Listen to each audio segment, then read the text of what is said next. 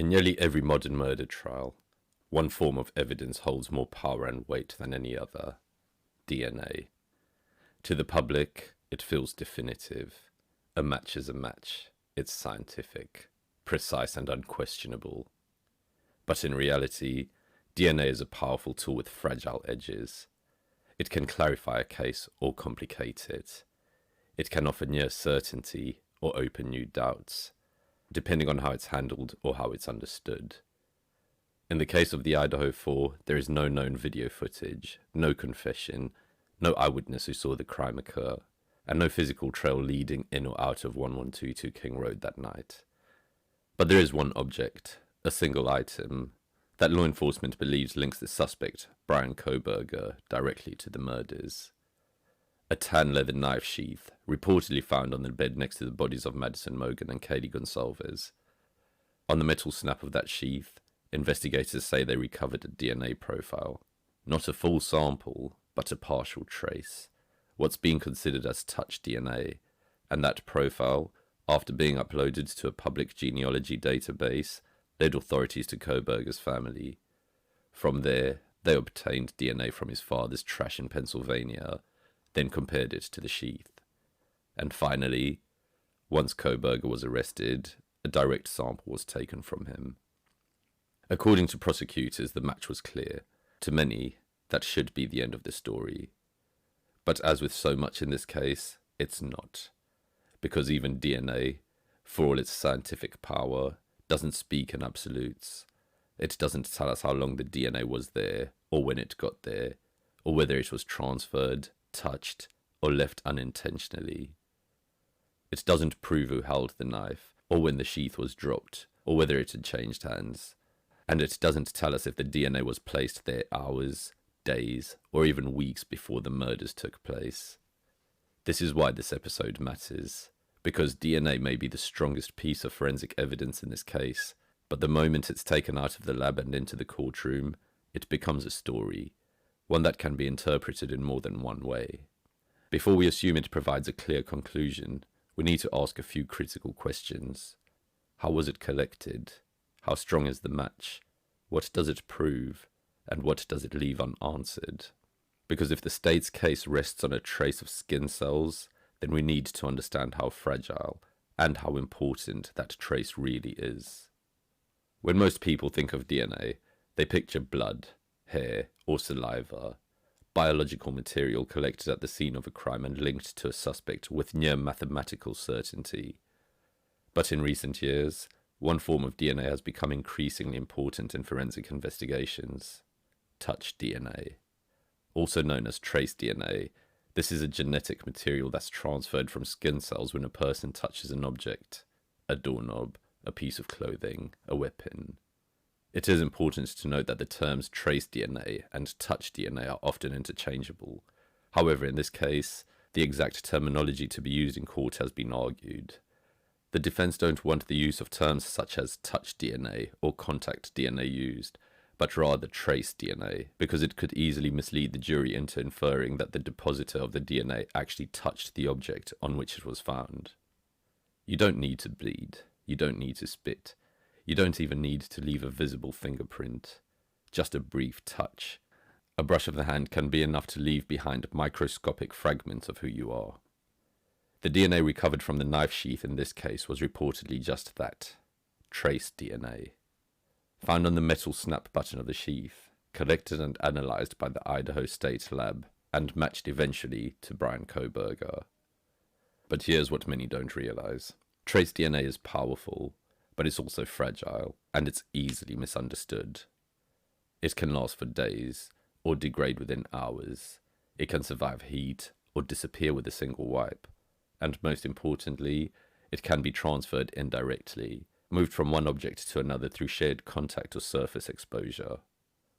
In a study published by the Journal of Forensic Sciences in 2016, researchers found that individuals who never touched an object directly could still deposit their DNA on it, simply by shaking someone else's hand or sharing an environment. This is known as secondary transfer, and in legal cases, it has introduced serious challenges. An article published on secondary DNA states that The occurrence of secondary DNA transfer has been previously established.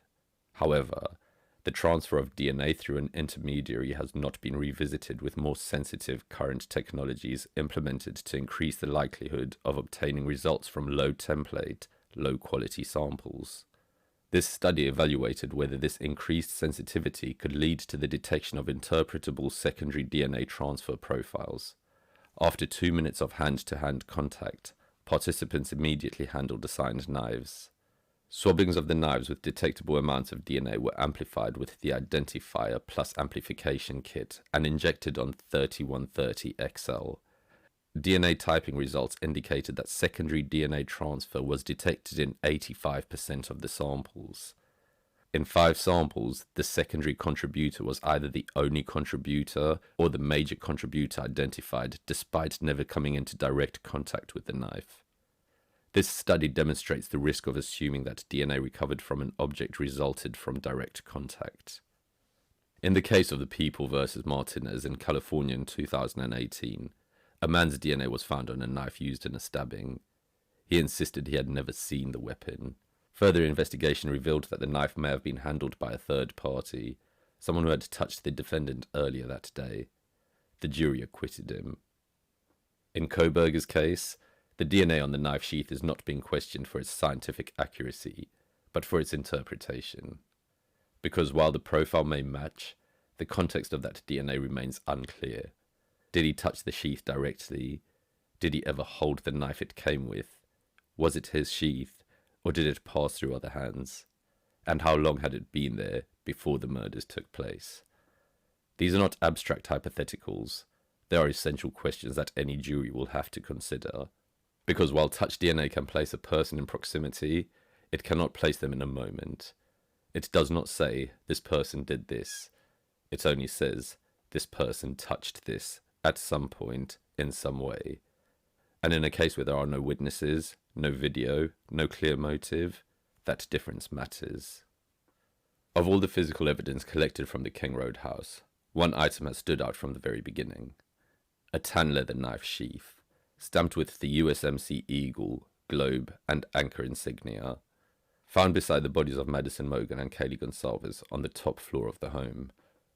According to the arrest affidavit, the sheath was located on the bed near Madison's body and was processed by the Idaho State Police Lab shortly after the crime scene was secured. It was on the metal snap button of the sheath that forensic analysts recovered what they called a single-source male DNA profile. Not a mixture, not partial, a clean individual sample. It was run through the FBI's National DNA Database, CODIS, at first, and there was no match. So investigators took a different route, a relatively new and controversial method known as genetic genealogy. The DNA from the sheath was uploaded to public genealogy databases, platforms originally designed for people looking to find relatives or trace ancestry. From that profile, analysts built a family tree, and somewhere in that digital lineage, they found a connection to Bryan Kohberger's relatives. On December the 27th, 2022, just days before Kohberger's arrest, investigators connected DNA from trash outside his parents' home in Albrightsville, Pennsylvania, specifically from his father. That sample was compared to the sheath DNA, and according to court filings, the results showed a strong familial match. After Kohberger's arrest, a direct swab was taken. The Idaho State Lab later confirmed that the DNA from the knife sheath was at least 5.37 octillion times more likely to be seen if the DNA sample came from Bryan Kohberger than if it came from an unrelated individual in the general population. That level of statistical certainty sounds unshakable, and from a forensic standpoint, it's compelling. But the strength of the match does not automatically tell us the story behind the object.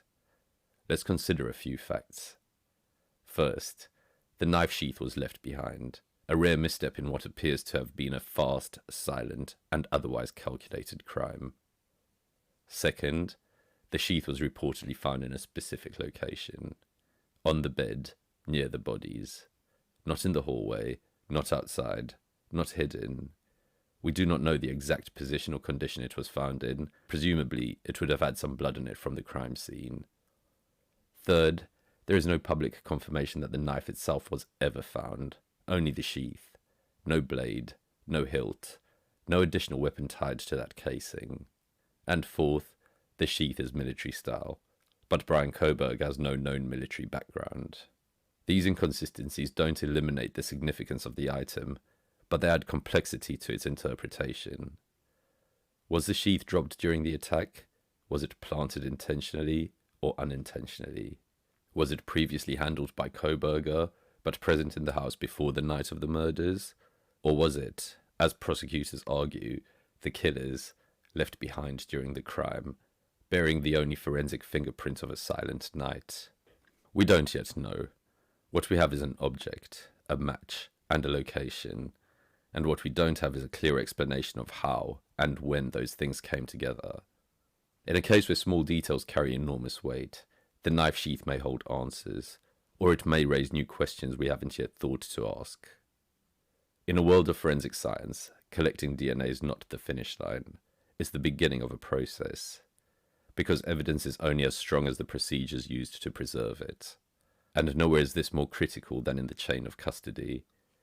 The chain of custody refers to the detailed, documented trail of how a piece of evidence is collected, transferred, stored, and tested, from the moment it's found at a crime scene to the moment it's introduced in court. Every hand it passes through, every room it enters, every time it's unsealed, swabbed, photographed, or transported, must be recorded with precision. If this process breaks down, even once, the integrity of the evidence can be called into question.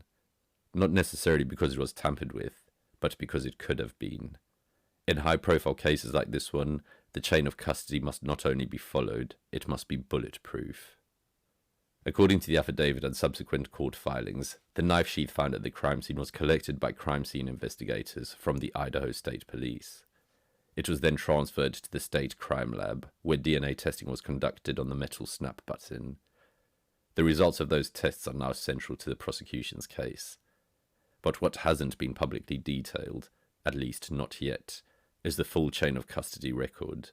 Exactly who recovered the sheath, when it was sealed, how it was transported, and who handled it between collection and testing. These records are not minor administrative documents, they are foundational. Because DNA is fragile. It can be transferred by accident. It can degrade. It can be contaminated by gloves, clothing, packaging materials, or even the air in an unsealed room. In the case of the People vs. Kogut in New York 2005, a DNA match helped convict a man of the R word and murder, but years later it was revealed that the evidence had been stored improperly, leading to contamination. The conviction was overturned. In the case of the State vs. Lydell Grant in Texas 2012, DNA found under a victim's fingernails was mishandled in the lab. The real killer wasn't identified until 7 years later, when an outside review exposed the error. These cases are reminders of one thing: DNA is not invincible. In Kohberger's case, there is no public allegation of mishandling, but the scrutiny is high, and the expectations even higher. If the sheath is the central object connecting the accused to the crime, then every moment of its journey, from the bedroom where it was found to the lab where it was tested, must be accounted for. Not assumed, not inferred, proven. Because when an entire prosecution leans on a microscopic trace, the process that uncovered it must be as exacting as the science itself. DNA evidence is often presented in court as the gold standard, the final word in scientific certainty. A match is a match. The numbers are astronomical. The odds, almost impossible to deny. But beneath that language of probability and precision is a system that relies on two things: technology and human interpretation. Let's start with the science. When a DNA sample is collected, whether it's blood, saliva, or skin cells, analysts examine specific regions of the genome, called STRs, short tandem repeats. These are sequences that vary from person to person. The more of them that match between two samples, the higher the likelihood that the samples came from the same individual. In the case of Bryan Kohberger, the Idaho State Lab reported that the DNA found in the knife sheath was at least 5.37 octillion times more likely to be seen if the DNA sample came from Bryan Kohberger than if it came from an unrelated individual in the general population. That's a 1 in 5.37 octillion probability. That's a number with 27 zeros. Statistically speaking, that's considered an extraordinarily strong match. But here's the caveat. DNA results aren't always clear, and in many cases, especially involving touch DNA, they require interpretation. Touch DNA is often low quantity and low quality. It may not contain a full profile. It may include mixed profiles from multiple individuals. It may have been degraded by time, heat, or contamination. And this is where human error can enter the equation. Analysts must decide which peaks on the graph are meaningful, which alleles belong to which contributor, whether the partial match is strong enough to include or weak enough to exclude. These decisions are made using established protocols, but they're still made by people. In the case of State versus Ben in New Jersey 2012, a man was convicted of SA based on a DNA match later revealed to be a statistical overstatement. The analyst had misinterpreted the strength of the evidence. The conviction was overturned after 16 years. In the case of the United States versus Borum, a DC Circuit 2016, the court ruled that testimony regarding DNA results is only as reliable as the methods used to interpret the data. These cases remind us that even when the science is sound, interpretation can vary. In Kohberger's case, the match appears to have been based on a complete enough profile to yield a high statistical likelihood, and it was later confirmed with a direct swab after his arrest. That's important, because it moves the evidence from probabilistic to personal, but it doesn't eliminate the need to ask questions about how the data was read, how the labs were certified, how the conclusions were drawn, and whether there's a margin of doubt beneath the overwhelming numbers. Because in court, it's not just the strength of the match that matters, it's the strength of the process behind it. DNA may not lie, but people, even those with the best intentions, can still make mistakes. And when a life is on the line, we owe it to everyone to ask, are we interpreting the data or letting the numbers speak louder than the truth? In March 2025, new details emerged in the form of court filings that caught the attention of legal analysts, journalists, and the public alike. Buried within the procedural language of motions and evidentiary requests was a detail that had gone largely unmentioned in previous discussions of this case. Another male's DNA reportedly had been found at the scene. It was referred to not by name, but by classification, unknown male B. According to a CNN report dated March 10, 2025, prosecutors acknowledged that DNA belonging to an unidentified male was recovered from inside the King Road residence. The specific location of that sample and the context in which it was found were not disclosed. What was confirmed is this: the DNA did not belong to Bryan Kohberger, and as of that filing, it had not been matched to any other known individual. This discovery raises several critical questions. First, where exactly was the DNA found? We know DNA was recovered from underneath a fingernail. Secondly, what kind of DNA was it? Was it a complete profile? Was it touch DNA, bodily fluid, or a mixture? Third, when was it deposited? And perhaps most importantly, does it matter? Prosecutors argue that the presence of another male's DNA doesn't undermine their case. They point out that the house was a social environment, a college home with frequent visitors, friends, acquaintances, and parties. DNA from multiple people is to be expected in any such setting, especially when considering how easily touch DNA can transfer and persist. But to defense attorneys, the existence of an unknown profile presents an entirely different narrative. What if the wrong person is on trial? Or at the very least, what if someone else was also there, someone who hasn't been identified? There's currently no indication that the defense is claiming unknown male B as an alternative suspect, nor has the prosecution suggested any wrongdoing related to this DNA. But the very presence of a second, unexplained profile in a case so dependent on the clarity of forensic evidence introduces ambiguity where the state has aimed for certainty. It's also a reminder of the limits of even the most powerful evidence, because DNA is not a camera. It doesn't capture context. It doesn't explain its own presence. it must be interpreted. It must be weighed against the totality of the case. And when there is more than one source, when another profile appears without a name, we are left with an open door. Not because it leads anywhere definitive, but because it proves conclusively that someone else left a mark. And until that mark is identified, the story remains incomplete. DNA is one of the most powerful tools in modern forensics. It can exonerate the innocent, it can implicate the guilty, it can reach across generations to find a single strand of connection.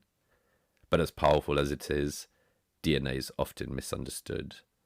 Not by scientists, but by the public, the press, and even the courtroom.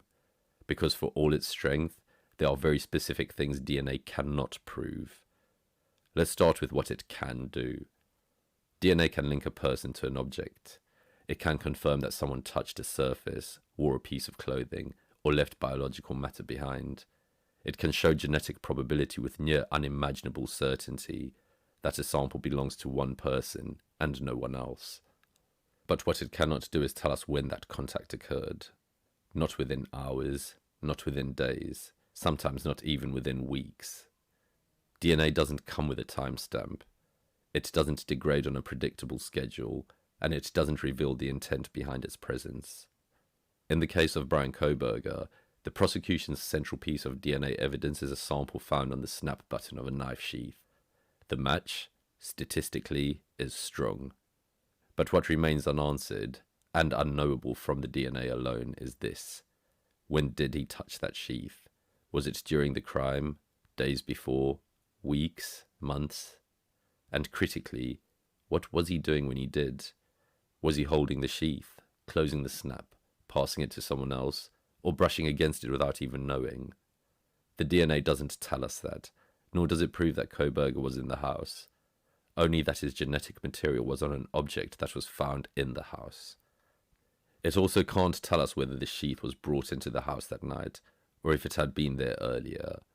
It can't tell us whether it was his, or someone else's, or whether it was handled by more than one person.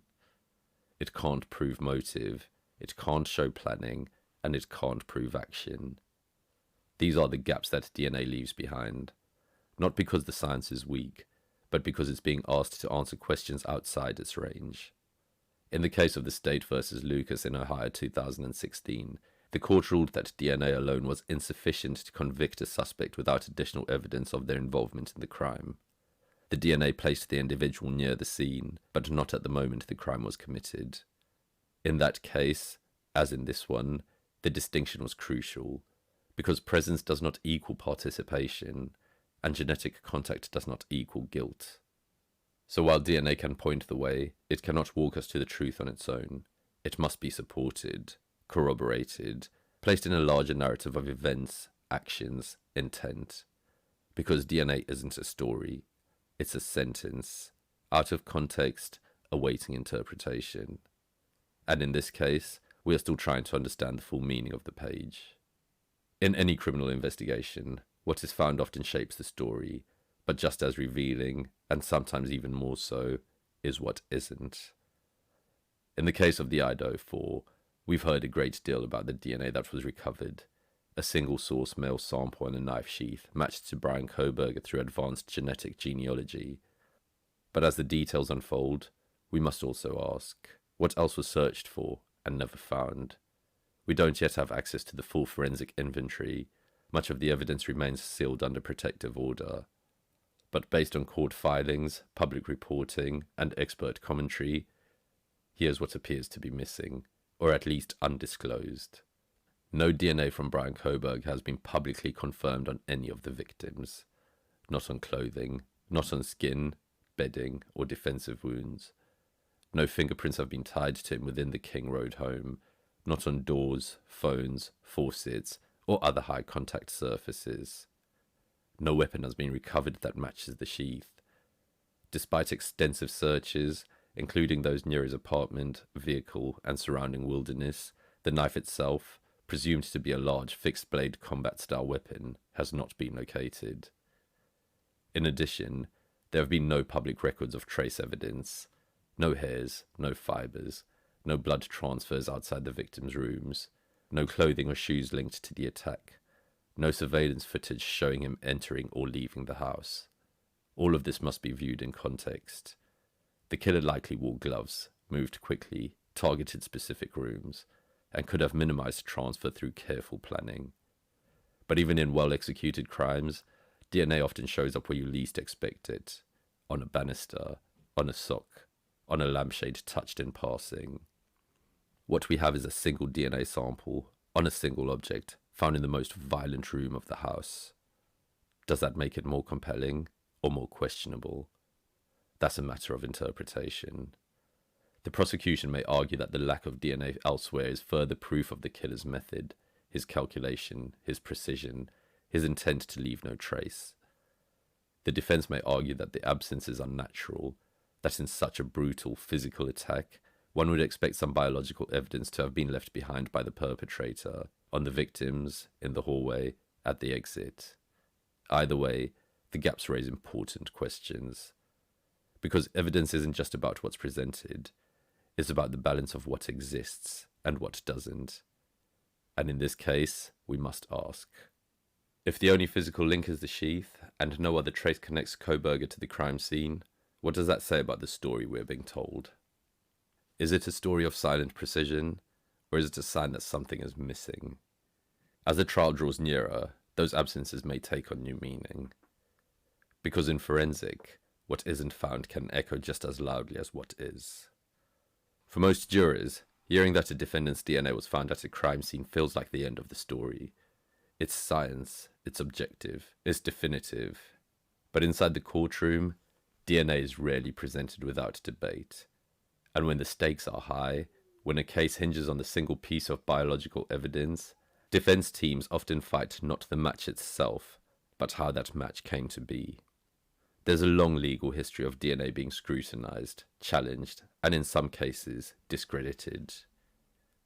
In the case of the People versus Ochoa in California in 2000, a conviction based on DNA was overturned after it was discovered that the sample had been misinterpreted. The analyst failed to disclose that the profile was a mixture, not a clean match, and the defendant spent 5 years behind bars before being exonerated.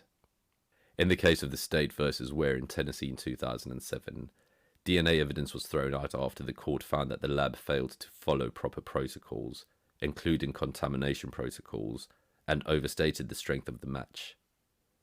Even as recently as the case of the State versus Grant in Texas in 2019, DNA was challenged because of the context in which it was found. The defense argued that the presence of the defendant's DNA on a weapon wasn't proof of guilt, as the item had been previously handled by multiple people. These cases all have something in common. They didn't question the science of DNA. They questioned the circumstances surrounding it. Was the sample collected correctly? Was the lab certified and audited? Were protocols followed? Were statistical probabilities overstated? Was the evidence interpreted objectively or to fit a narrative? These are some of the questions being asked in the Kohberger case. Defense filings suggest that they may challenge the probative value of the DNA found on the sheath, not necessarily denying the match, but raising the issue of how the DNA got there and whether it proves involvement in the crime. This is a common and legitimate defense strategy, because even a perfect match must be placed in a credible context. That's why courts allow cross-examination of lab technicians, why experts are brought in to review collection procedures, why juries are instructed not just to hear that there's a match, but to ask whether the match actually means what the prosecution says it does. And this is why, despite the public perception of DNA as irrefutable, many defense attorneys view it with a more cautious eye. Because once a jury sees a number like 5.37 octillion to 1, it becomes easy to believe that the rest of the case doesn't matter, but it does. Because the integrity of DNA evidence doesn't begin and end with a number. It begins with collection, it continues with documentation, it depends on accuracy, and it lives or dies by the chain of custody and the conditions in which it was handled. In the courtroom, DNA is a tool, not a conclusion.